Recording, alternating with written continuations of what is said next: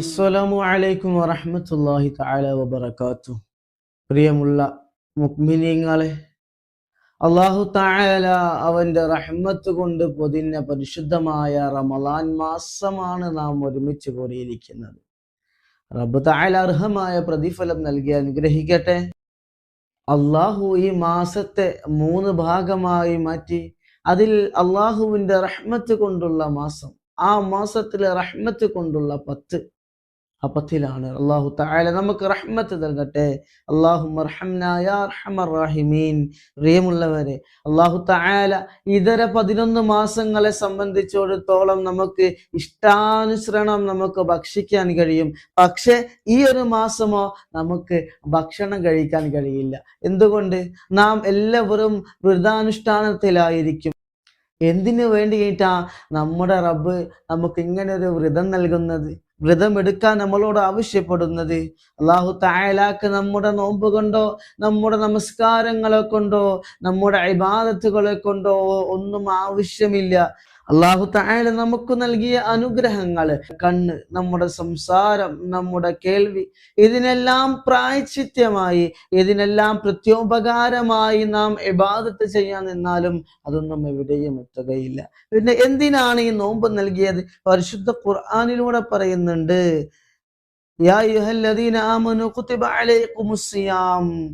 മുഅ്മിനീങ്ങളായ ആളുകളെ, നിങ്ങൾക്ക് അല്ലാഹു തആല നോമ്പ് നിർബന്ധമാക്കിയിരിക്കുന്നു. നിങ്ങളുടെ മുൻഗാമികൾക്ക് അല്ലാഹു തആല നോമ്പ് നിർബന്ധമാക്കിയതുപോലെ. എന്തിനു വേണ്ടി? ലഅല്ലകും തത്തഖൂൻ, നിങ്ങൾ തഖ്വയുള്ളവരാവാൻ വേണ്ടി. മഹാനായ അലി ഇബ്നു അബീ ത്വാലിബ് റളിയല്ലാഹു അൻഹു പറയുന്നുണ്ട്, എന്താണ് തഖ്വ എന്ന് പറയുമ്പോ, ഖാഫൂ മിനല്ലാഹിൽ ജലീൽ, അല്ലാഹുവിനെ ഭയപ്പെടുക, അല്ലാഹുവിനെ ഭയപ്പെട്ടുകൊണ്ടുള്ള ഒരു ജീവിതം നമ്മൾ കാഴ്ചവെക്കുക, അതാണ് തഖ്വ എന്ന് പറഞ്ഞത്. ചിന്തിച്ചു നോക്കൂ, എന്താണ് അല്ലാഹുവിനെ ഭയപ്പെടുക എന്ന് പറയുന്നത്? ഭയം തന്നെ 2 വിധത്തിലുണ്ട്. എന്തൊക്കെയാണ് ഭയം? ഒരാൾ നമ്മളെ ഉപദ്രവിക്കുമോ എന്ന് ഒരു പേടി കൊണ്ടുള്ള ഭയം, അതല്ലെങ്കിൽ നമുക്കൊരു പ്രയാസം ഉണ്ടാവുമോ എന്നുള്ള ഒരു പേടി കൊണ്ടുള്ള ഒരു ഭയം. അതല്ലാതെ വേറൊരു ഭയമുണ്ട്, സ്നേഹം കൊണ്ടുള്ളൊരു ഭയം. സ്നേഹം അഅ്ലാ മർത്തബയിലേക്ക് എത്തുമ്പോ, സ്നേഹത്തിന്റെ ഏറ്റവും വലിയ കൊടുമുടിയിലേക്ക് എത്തുന്ന സമയത്ത്, നമ്മുടെ പ്രിയപ്പെട്ടവൻ, നമ്മുടെ പ്രിയപ്പെട്ടവൾ, നമ്മുടെ ആ പ്രേമപാത്രം, ആ പാത്രി പൂതർ, അവര് എന്തെങ്കിലും നമ്മളിൽ നിന്നും മോശമായി കണ്ടു കഴിഞ്ഞാൽ അവരെന്തു നമ്മളെ പറ്റി വിചാരിക്കും? അതല്ലെങ്കിൽ അവൻ എന്നെ ഇത്രമാത്രം സ്നേഹിച്ച്, അവൾ എന്നെ ഇത്രമാത്രം സ്നേഹിച്ച്, ഞാൻ അവൾക്ക് തിരിച്ചു കൊടുക്കേണ്ടത് ഇതല്ലല്ലോ, ഞാൻ അവന് തിരിച്ചു കൊടുക്കേണ്ടത് ഇങ്ങനെയല്ലല്ലോ എന്നുള്ള ഒരു സ്നേഹം അല്ലേ? നമ്മുടെ പ്രിയപ്പെട്ടവർ, അവർ നമ്മളോട് എന്തെങ്കിലും പറഞ്ഞിട്ട് അത് നിറവേറ്റി കൊടുത്തില്ലെങ്കിൽ നമ്മുടെ ഉള്ളിൽ ഉണ്ടാകുന്ന ഒരു ആന്തൽ, അതാണ് നമ്മുടെ റബ്ബ് നമ്മളോട് പറഞ്ഞ കാര്യങ്ങൾ ചെയ്യുമ്പോ, നമ്മുടെ റബ്ബ് നമ്മളോട് ചെയ്യരുത് എന്ന് പറഞ്ഞ കാര്യങ്ങൾ ചെയ്യുമ്പോ, ചെയ്യാൻ പറഞ്ഞ കാര്യങ്ങളിൽ നിന്ന് വിട്ടു നിൽക്കുമ്പോ, നമ്മുടെ റബ്ബ് നമുക്കെല്ലാം നൽകിയ, നമുക്ക് കാതും കണ്ണും കേൾവിയും എല്ലാം നൽകിയ എന്റെയും നിന്റെയും റബ്ബ്, ആ റബ്ബ് ഇത് കാണുമ്പോ ആ റബ്ബ് നമ്മളെ പറ്റി വിലയിരുത്തില്ലേ, നമ്മളെ പരിഗണിക്കാതെ പോകുമോ എന്നുള്ള ഒരു ഭയം, അതാണ് നമുക്ക് വേണ്ടത്. ആ ഭയമാണ് തഖ്വ കൊണ്ട്, ആ തഖ്വയിൽ അധിഷ്ഠിതമായ ജീവിതം കൊണ്ടാണ് നമുക്ക് വിജയമുള്ളൂ.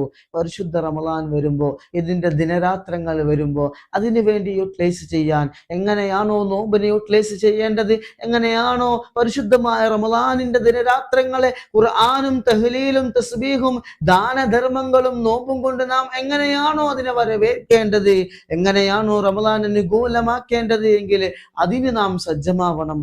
റബ്ബ് തആല തൗഫീഖ് നൽകട്ടെ. ഇതിന്റെ എല്ലാം അകക്കാമ്പ് എന്ന് പറയുന്നത് മനുഷ്യന്റെ ഹൃദയവും മനുഷ്യന്റെ ശരീരവും മനുഷ്യന്റെ ആന്തരികാവയവങ്ങളും സ്ഫുടം ചെയ്തെടുക്കുക എന്നാണ്. സ്ഫുടം ചെയ്തെടുക്കൽ എങ്ങനെയാണ്? മലീമസമായ തെറ്റുകളിൽ അഭിരമിച്ചു പോയ നമ്മുടെ ജീവിതം അത് മലീമസമായി പോയിരിക്കുന്നു. നമ്മുടെ ഹൃദയം തെറ്റുകളാൽ മൂടപ്പെട്ടിരിക്കുന്നു. അതിൽ നിന്നെല്ലാം ഒന്ന് വിട്ടുനിന്ന് നമ്മുടെ മനസ്സിനെയും ശരീരത്തെയും ഒന്ന് ശുദ്ധമാക്കാൻ വേണ്ടി അള്ളാഹുവിലേക്ക് ചെയ്തു പോയ തെറ്റുകളെല്ലാം അവന്റെ മുൻപിലേക്ക് ദർബാറിലേക്ക് ഉയർത്തി അള്ളാഹുവേ വന്നുപോയി തമ്പുരാനെ എന്നുള്ള ഒരു ചിന്തയിൽ ജീവിക്കുമ്പോൾ അതിനുതകുന്നതായ മാസമാക്കി ഈ മാസത്തെ നമ്മൾ മാറ്റുമ്പോൾ അവിടെയാണ് നമുക്ക് വിജയം, അവിടെയാണ് നമ്മുടെ തഖ്വ. അതല്ലാതെ വെറും നോമ്പ് കൊണ്ട് പട്ടിണി കിടന്നത് കൊണ്ട് അതിന് യാതൊരുവിധ ഉപകാരവുമില്ല, പട്ടിണി കിടന്നത് കൊണ്ട് യാതൊരുവിധ അർത്ഥവുമില്ല.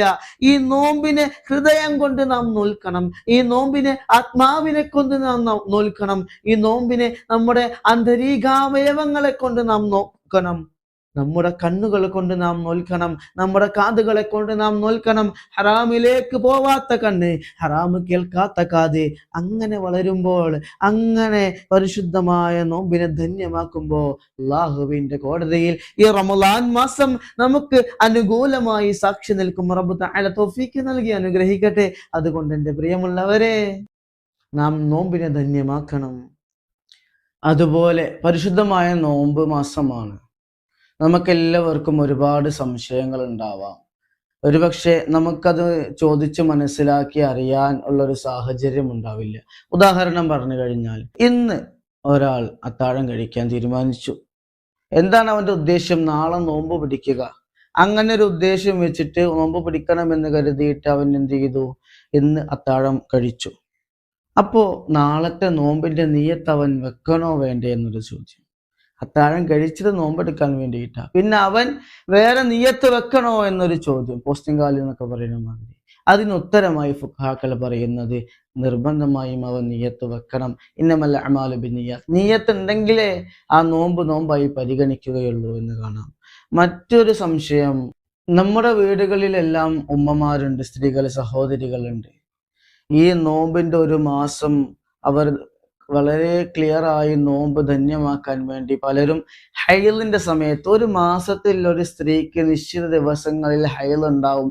ആ ദിവസം അവർ ഇബാദത്തുകൾ ചെയ്യാൻ, അത് നിസ്കരിക്കാൻ പറ്റില്ല, നോമ്പെടുക്കാൻ പറ്റില്ല, ഖുർആൻ തൊടാൻ പറ്റില്ല, അങ്ങനെ ഒരുപാട് അരുതായ്മകളുണ്ട്. ഈ സമയങ്ങളിൽ, ഈ ഹൈൽ ഉണ്ടാകുന്ന സമയം നോമ്പിന്റെ ദിവസങ്ങളിൽ ഉണ്ടാവാതിരിക്കാൻ വേണ്ടി മരുന്ന് കഴിക്കുന്ന ഒരു സാഹചര്യം നമ്മുടെ നാടുകളിലൊക്കെ, ഒരു ഭാഗങ്ങളിലൊക്കെ ഉണ്ട്, ചില നാടുകളിലൊക്കെ ഉണ്ട്. എന്തിന്, ചില സ്ത്രീകൾക്കിടയിലൊക്കെ ഉണ്ട്. നോമ്പിന്റെ സമയമായി കഴിഞ്ഞാൽ മരുന്ന് വെച്ചിട്ട് അവര് ഹൈലിന്റെ ദിവസങ്ങൾ നോമ്പ് കഴിഞ്ഞ് ഒന്ന് മാറ്റി നീക്കി വെക്കുന്ന സാഹചര്യം. അങ്ങനെയുള്ള ദിവസങ്ങളിൽ അവർക്ക് നോമ്പെടുക്കാൻ കഴിയുമോ എന്ന, ഒരു മാസത്തിൽ എന്തായാലും ഒരു സ്ത്രീക്ക് ഹൈലിന്റെ ദിവസങ്ങൾ ഉണ്ടാവുമല്ലോ, ആ ദിവസങ്ങൾ അവർ മരുന്ന് കഴിച്ച് നീക്കി വെച്ചു. അങ്ങനെയുള്ള ദിവസങ്ങളിൽ അവർക്ക് നോമ്പെടുക്കാൻ കഴിയുമോ ഇല്ലയോ എന്ന ചോദ്യം, അതിനുത്തരം എന്താ? അതിനുത്തരം എന്ന് പറയുന്നത് തീർച്ചയായും അവർക്ക് അതിന് കഴിയും. കാരണം നോമ്പെടുക്കുക എന്നതിൻ്റെ ഒരു ഷർത്ത്, അതിൻ്റെ ഒരു മാനദണ്ഡം ശുദ്ധി ഉണ്ടാവുക എന്നാണ്. ശുദ്ധി ഉണ്ടെങ്കിൽ അവർക്ക് നോമ്പെടുക്കാൻ കഴിയും. അത് മരുന്ന് വെച്ചിട്ട് ശുദ്ധിയായതാണെങ്കിൽ പോലും അവർക്ക് നോമ്പെടുക്കാൻ കഴിയുമെന്നാണ് ഫുഖഹാക്കൾ രേഖപ്പെടുത്തുന്നതായി കാണാം. പക്ഷെ മരുന്ന് വെക്കുമ്പോൾ അതിൻ്റെ സൈഡ് എഫക്റ്റ് ഉണ്ടാവാൻ സാധ്യതകൾ ഒരുപാടാണ്.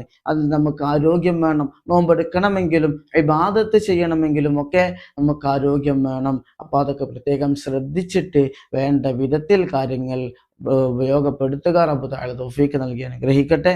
മറ്റൊരു ചോദ്യമാണ്, ഒരു ഹൈലുള്ള ഒരു സ്ത്രീ, ഇന്ന് രാത്രി ഹൈൽ ഉണ്ടായിരുന്ന ഒരു സ്ത്രീക്ക് ഇന്ന് രാത്രിയോടുകൂടെ ഹൈൽ നിന്നു.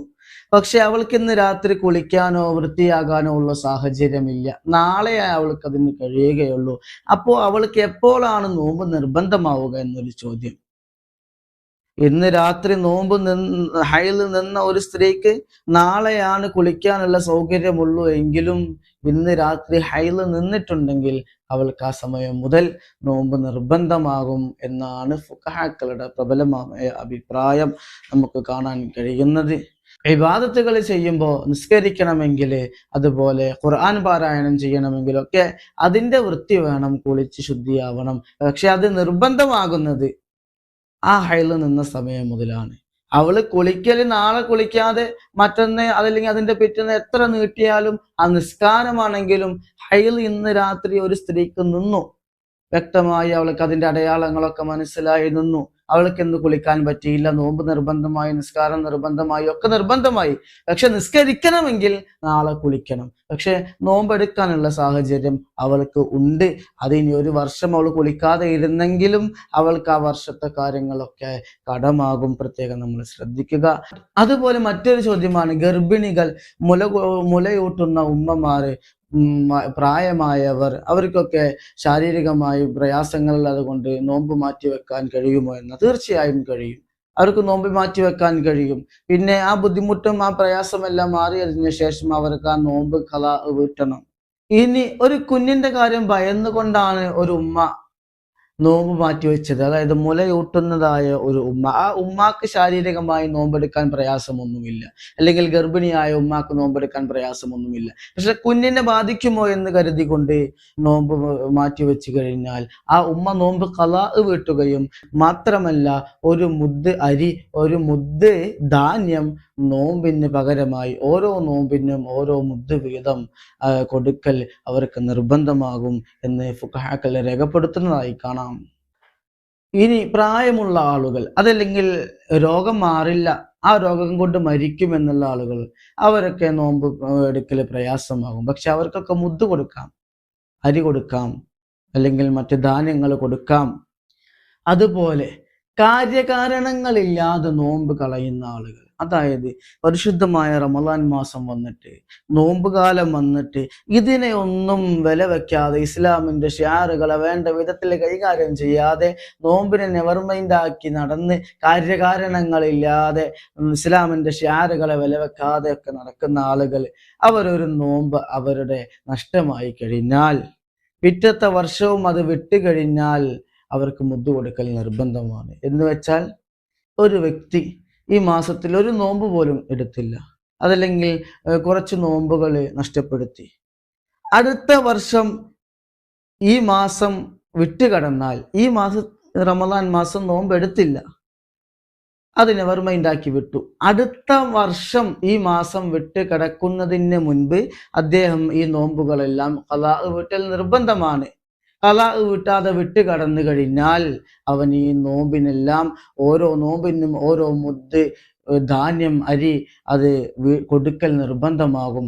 നോമ്പും ഖളാ വീട്ടലും മുദ്ദ് കൊടുക്കലും അവന്റെ പേരിൽ നിർബന്ധമാകും. 30 നോമ്പാണെങ്കിൽ 30 മുദ്ദ് അവന് കൊടുക്കൽ നിർബന്ധമാകും. അതല്ല, എത്ര നോമ്പാണോ, എത്ര കാലമാണോ, 2, 3, 4 കൊല്ലമാണോ അവന് കടമുള്ളത് എങ്കിൽ, അതല്ലെങ്കിൽ ജീവിതത്തിൽ ഒരിക്കലും നോമ്പെടുക്കാത്ത ആളുകൾ 60, 70 വയസ്സായി മരിച്ചു പോയ ആളുകളൊക്കെ ഉണ്ടാവാം. അറിവില്ലായ്മയുടെ ഫലമായിട്ട് അവർക്കൊക്കെ എത്ര വർഷത്തെ മുദ്ദ് കൊടുക്കണം, എത്ര വർഷത്തെ നോമ്പെടുത്ത് തീർക്കണം. റബ്ബ് തആല നമ്മളെല്ലാവരെയും കാത്തു രക്ഷിക്കട്ടെ. ഇസ്ലാമിന്റെ ഷിയാറുകൾ അനുസരിച്ച് ജീവിക്കാൻ തൗഫീഖ് നൽകി അനുഗ്രഹിക്കട്ടെ.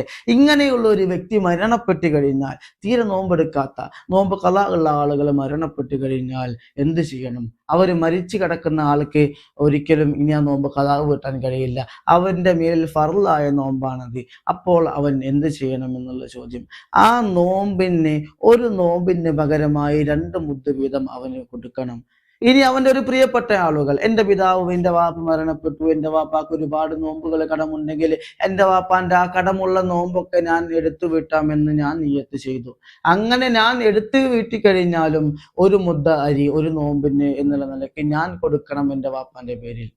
അപ്പോ പരിശുദ്ധമായ ദീനിന്റെ ഷിആറുകളൊക്കെ, വിധിവിലക്കുകളും അംറുകളും നഹികളും എല്ലാം യഥാവിധിയിൽ ദീനിൽ, ഇസ്ലാമിൽ ജീവിക്കാൻ, അത് ജീവിതത്തിൽ പകർത്താൻ, ആത്മാവിലും നമ്മുടെ ആന്തരികമായ അവയവങ്ങളിലും എല്ലാം നോമ്പിന്റെ എഫക്റ്റ് ഉണ്ടാവാൻ റബ്ബ് തആല നമുക്ക് തൗഫീഖ് നൽകി അനുഗ്രഹിക്കട്ടെ. അതുപോലെ തന്നെ ഇത്യാദി ഉപകാരപ്രദമായ അറിവുകൾക്ക് വേണ്ടി നമ്മുടെ ചാനൽ ഒന്ന് സബ്സ്ക്രൈബ് ചെയ്തു വെക്കുക, ആ ബെല്ലൈക്കൺ കൂടെ ഒന്ന് എനേബിൾ ചെയ്തു വെക്കുക.